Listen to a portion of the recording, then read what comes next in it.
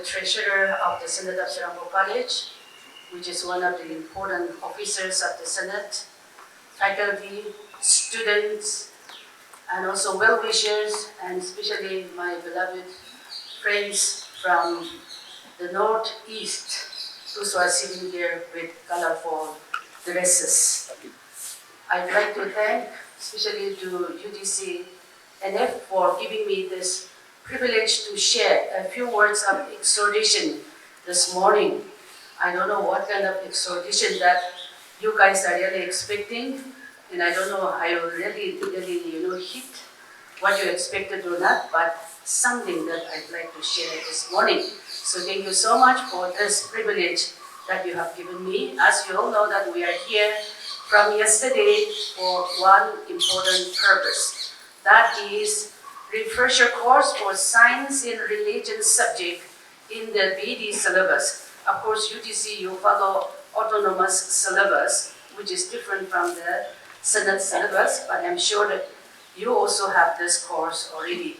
So many of us, so-called the faculty, we are not from the science stream, but this science and religion is a very important subject, and therefore, time to time, we need a kind of refresher courses or course, and that's why we are here.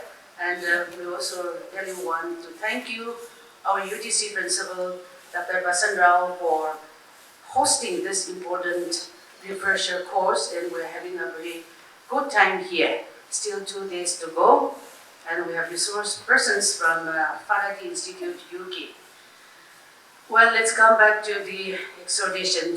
Hornbill Festival is festival of festivals because when we see Nagaland or Nagas of the Northeast, we have different tribes, different cultures, different languages, and also different festivals throughout the year.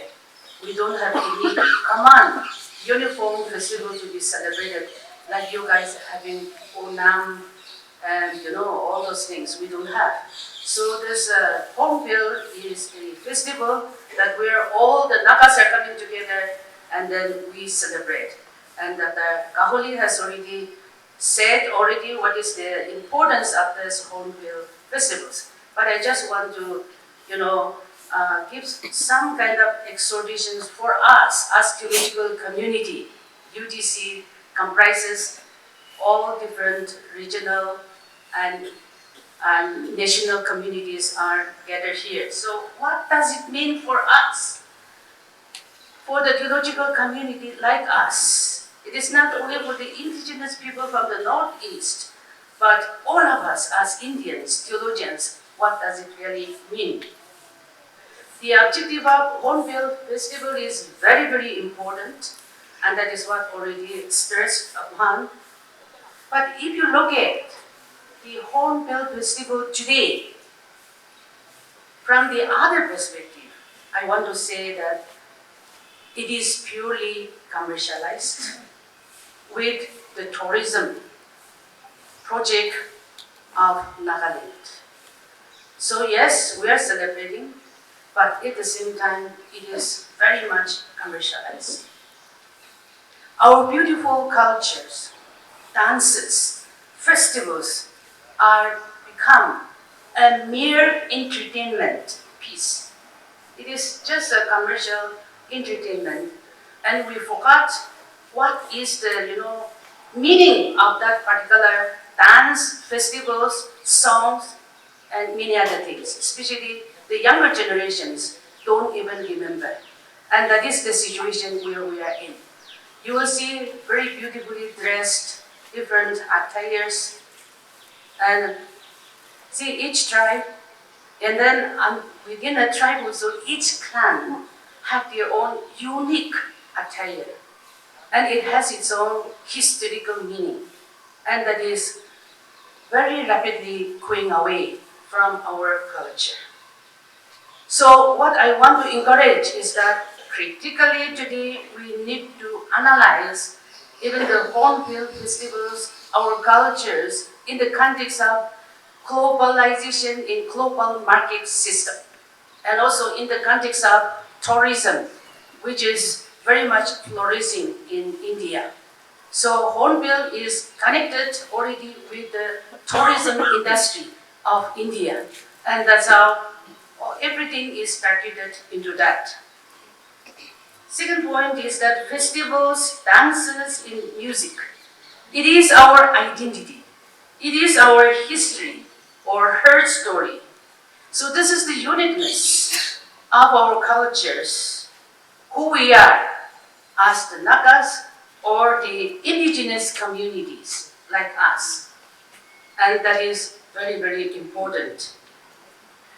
The dresses indicate our unique tribe, unique clan, and designs are also not mere decorations, but it has its own meaning. There are some dresses which can be in the past worn only by the warriors, hit hunters. There are also some dresses, designs, which can be worn only by the rich people in the communities. Okay? And then that is the way that, different designs, decorations are there. But now global market commercialization destroyed already. Younger generations are, completely detaching from all this. What is the role of theological education here in this? I think we need to do a lot to think about critically. Our festivals are centered around the cycle of agricultural crops in a year. All our festivals are rooted in our agriculture. Farming is very important. So throughout the year, it rotates. Even in Nagaland, there are 16 major tribes living in Nagaland. Each tribe has its own festival, rooted deeply in their agricultural cultivations. And it is also very much related to the creation, land, humans, nature are interrelated. Symbiotic relationships of interdependence are there in the past. Now, because today commercialization is breaking up, and this is also happening, climate issues and many other environmental issues that are been happening. And I want to say, my brothers and sisters, especially from the indigenous communities, we have to contribute a lot to the climate injustices. We have resources which can also respond to many of these environmental and ecological crises, which other communities don't have. But we have resources. And how to do it? We need to revive, we need to restore those important resources and show to the world that this is indeed that we need to practice. The problem is we are forgetting, abandoning most of the things, that we need to restore all the things.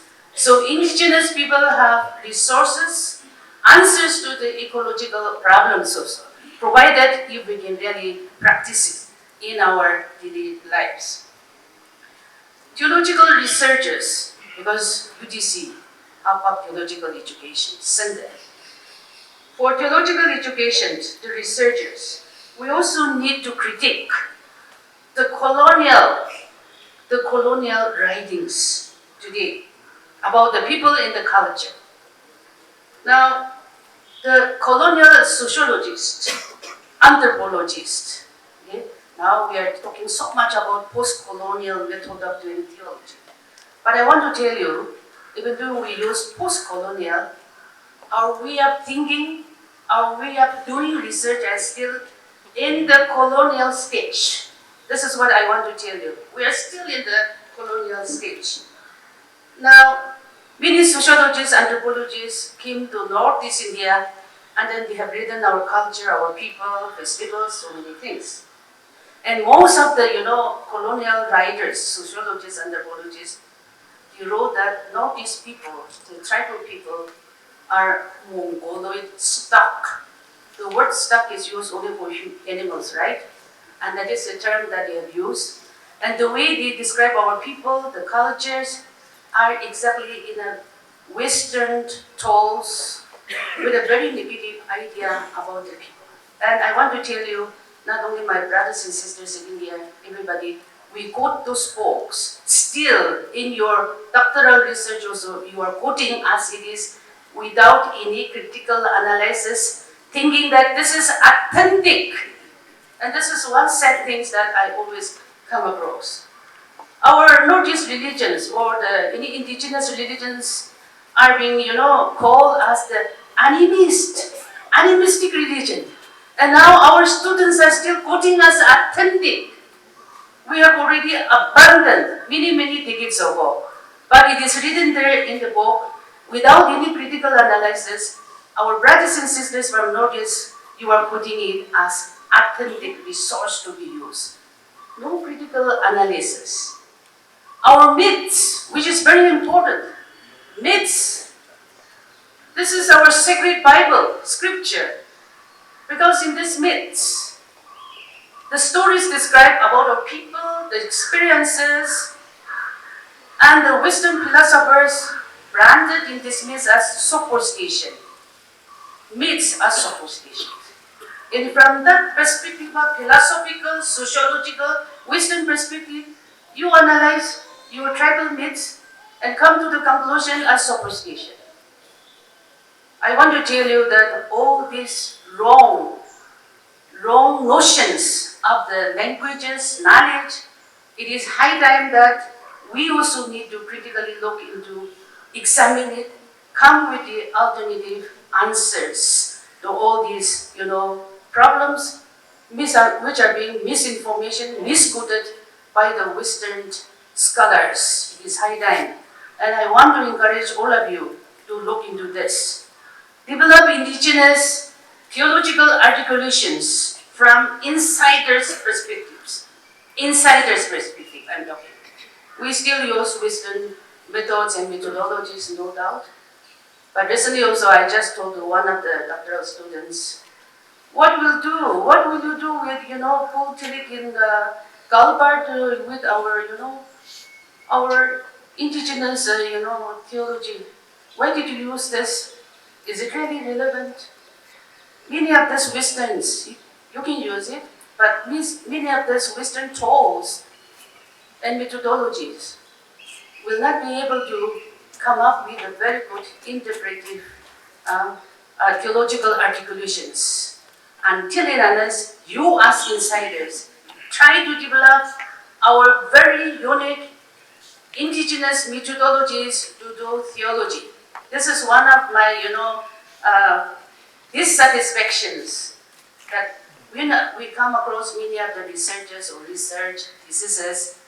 We just simply ended up with what others have said, blah, blah, blah. Where is our uniqueness? So with critical minds, I think we need to really do our theological articulations from the perspective of our context, the realities, and also bring up a new contributions to the scholarly world that this is indeed our theology that you can contribute through your studies. And it is not only for the indigenous people, but I think we as Indians as a whole, we need to think up. We are still though we are in the 21st century, studying, reading all those books, but we are still caged in the colonial mindset in our theological studies in articulations.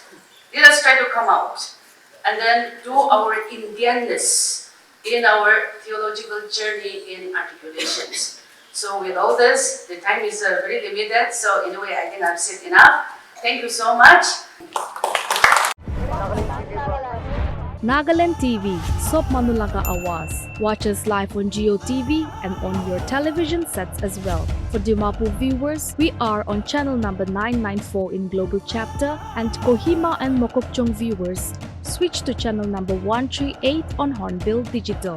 For all news and updates, follow us on Facebook, Instagram, YouTube, and Twitter.